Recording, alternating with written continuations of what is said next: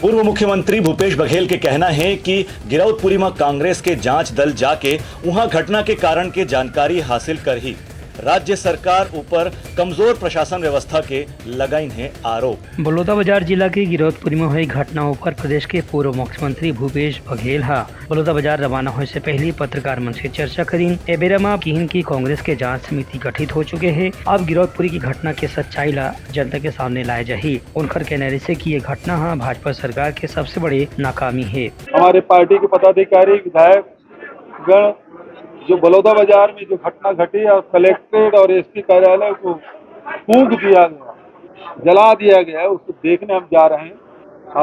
और वहां जाने के बाद जो स्थिति होगी फिर आपसे चर्चा करेंगे। सरकार को जांच दल शासकीय तौर पे होना चाहिए और यदि पार्टी यदि कर रही है तो फिर मंत्री को क्यों कर रहा है?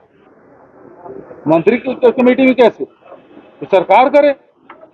सरकार की नाकामी के कारण से हो रहा है और ये लिपापोती करने के लिए दयाल दास की अध्यक्षता में कमेटी बना रहे हैं और कोई बात कर रहे हैं, अनर्गल बयानबाजी कर रहे हैं।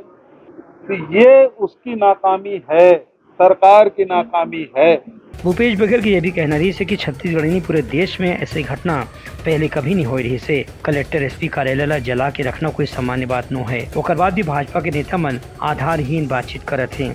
भूपेश बघेल कहन की सरकार के लोगन मन ला ऐसे मामला में गंभीरता से कार्रवाई करना चाहिए। ब्यूरो रिपोर्ट, उत्तलंका न्यूज।